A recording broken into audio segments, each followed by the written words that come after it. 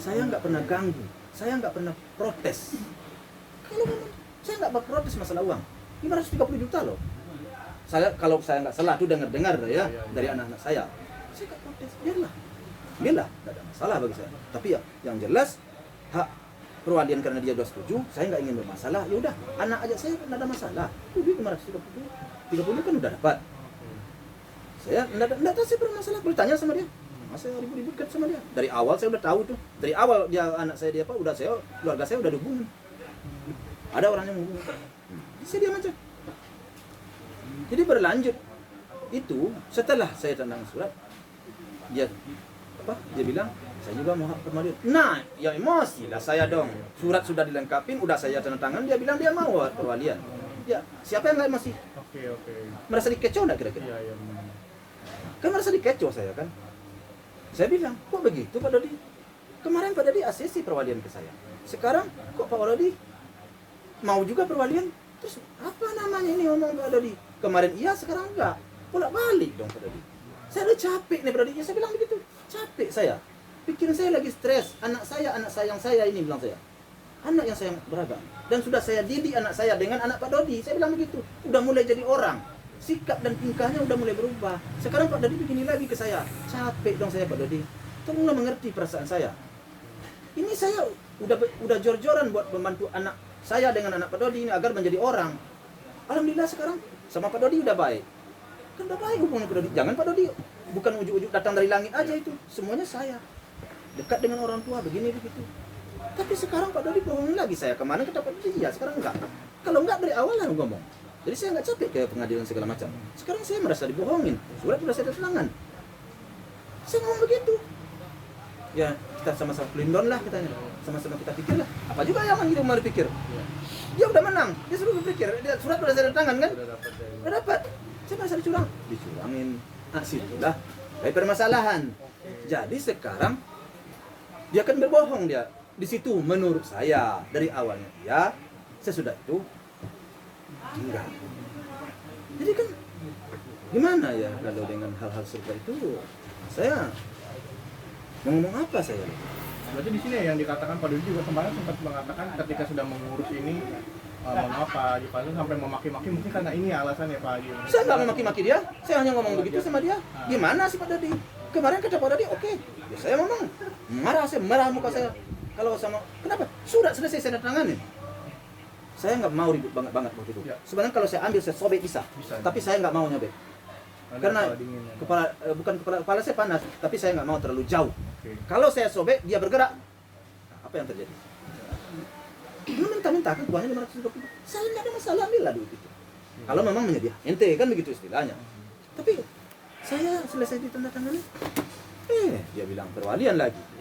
Ya saya bilang, berarti Pak Dodi mau semuanya dong. Ya, secara tidak langsung. Saya tidak langsung. Saya kalau seandainya dia memang mau sanggup, kalau berita-berita saya dengar di selama ini kan banyak yang nggak puas kepala saya menerimanya. Bagaimana saya menyerahkan cucu saya ke dia? Ya. Kan saya sebelum itu sebenarnya pernah bertanya sama dia. Pada dia anak berapa orang? Saya tanya, cukup berapa orang? Saya tanya. Sekian. Wah. Itu maksud saya menanya waktu itu. Kalau seandainya anak ini dibawa oleh dia, keramaian dong. Nah, kecil-kecil. Kan itu pikiran saya. Jadi, menurut saya harus saya perjuangkan anak ini agar anak ini pertumbuhannya jangan terganggu, perkembangannya jangan terganggu, kan begitu. Jadi, apa ya? Jadi ya seperti itulah. Terus apa belum bisa kita membicarakan terkait transparansi yang disenggol sama Pak Dodi? Sebenarnya kalau misal kita tangkap sebenarnya pihak sana sebenarnya tidak transparansi gitu Pak. Saya nggak mau sebenarnya nyebut hal itu. Saya pikir dia akan berubah pikiran, tapi dia udah ngomong di wartawan. Ya. Uang 530 juta loh. Sekarang asuransi yang ada nih, kalau dinilai 113 juta, 20 juta, 500 juta 18 tahun umurnya baru dia dapat keluar. Cuman itu yang tinggal buat segala. Dan duit di bank ini enggak tahu saya berapa. Itu harus ada surat perwalian dulu. Nah itu. Apa lagi? Sumbang orang kalau ada umpamanya 150 juta sekarang. Dari ongkos dari sana berapa? 23 juta. Kuburan berapa? 28 juta. Tenda berapa? Kan banyak yang saya bayar. Katakanlah habis separuh, tinggal umpamanya separuh. Apa uang itu harus dipermasalahkan dengan saya membantu anak, membesarkan anak, mendidik anak selama ini dengan jor-joran saya, duit saya. Iya, Pak. Kalau dia kaji rumah itu sekarang, itu duit saya tuh yang membayar kontrak itu separuh tuh. Tapi saya nggak mau nyebut selama ini, saya diam. Yang ditinggali Vanessa dan Mimi. Iya. Nah, tapi nggak mau saya. Waktu itu si Pebi bilang, Pak, udah dapat rumah Pak, tapi terlalu mahal. Berapa? Dia minta orang itu 70 setahun. Dia harus 2 tahun, 140. Bibi kan nggak banyak Pak, adanya cuma segitu. Kalau saya bayar dengan apa Pak? Tenang kau, nanti saya bantu. Saya bantu. Belum sebulan di situ, dapat kejadian masalah. Tahu nggak kamu masalah di Jakarta Barat? Iya. 300 juta saya beri duit sama dia tuh. Duit cash saya kasihin sama dia. Belum ada kelihatan ganti dari mana-mana waktu itu. Saya kasih duit 300 juta sama dia nih. Agar kasus semua selesai, bayar pengacara. Manajer yang jemput ke rumah tuh, pas depan saya, satu kantong duit itu di depan di dekat duduk saya. Saya bawa dari rumah saya satu kantong duit 300 juta. Yang jemput ya. Dikasihkan waktu itu 250 juta, 250 juta ditinggal kalau saya nggak lupa. Yang jemput manajer waktu itu untuk agar kasus ini bisa diselesaikan. Iya, iya. Kan jelas kan? Si Badodi kemana dia? Tapi Tuhan memang berpihak ke anak saya, nggak lama setelah itu dia dapat ganti. Dapat dari banning oleh dia. Memang manajer juga yang membantu kalau nggak salah saya untuk mengusahakan dia dapat endorse. Ambasador apa namanya, saya nggak ngerti. Jadi ganti duit saya. Tapi kan nggak sampai di situ aja.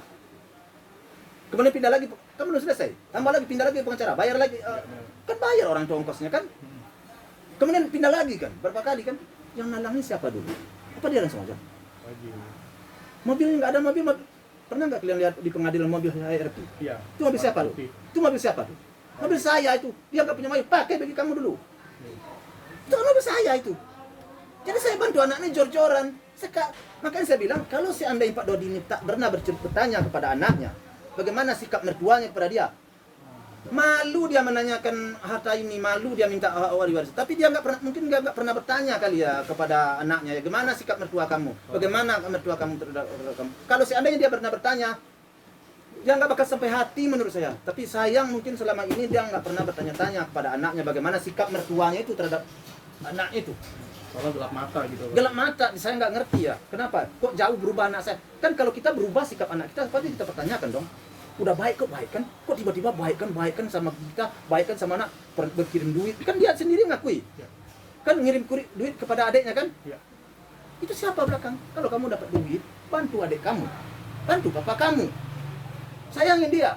Untuk apa hidup ini nak? Kita harus, keluarga itu harus damai nak. Orang tua itu bumi langit bagi saya. Kalau bagi saya bilang begitu kepada anaknya, kepada Pebi, anak saya. Alhamdulillah udah berubah. Tapi sekarang apa yang saya dapatkan? Semuanya itu. Mampus, dia balasan dari dia. Apa ini? Dia minta lagi anaknya. Aduh. Terima kasih mana? Jadi sayang, seribu kali sayang, berarti selama ini dia nggak pernah datang ke anaknya dan menanya-nanyakan sikap saya terhadap anaknya. Kan seharusnya kita pelajari kan bagaimana mertua anak kita itu terhadap anak. Kasar ke, lembut ke, loyal ke, dibantu ke, kan begitu. Selaku orang tua yang baik, bukan kita datang ke situ, kredit motor saya nggak lunas, bukan begitu. Buat tahun beliin saya HP, bukan gitu. Tanya, bagaimana kehidupan kau? Siapa yang bantu kau? Mana kau dapat duit? Halal nggak duit kau dapat? Haram nggak duit kau dapat? Kan harus begitu. Harus jelas hitam putihnya dong hidup ini. Jangan asal-asal aja. Anak itu sampai mati tanggung jawab orang tua yang tahu. Walaupun dia bisa cari duit. Secara moral, akhlak dan budi pekertinya adalah tanggung jawab orang tua. Itu perlu itu. Sampai. Bagi saya tetap itu. Anak tetap anak sampai kapanpun. Tetap anak saya. Anak saya didik sepanjang masa.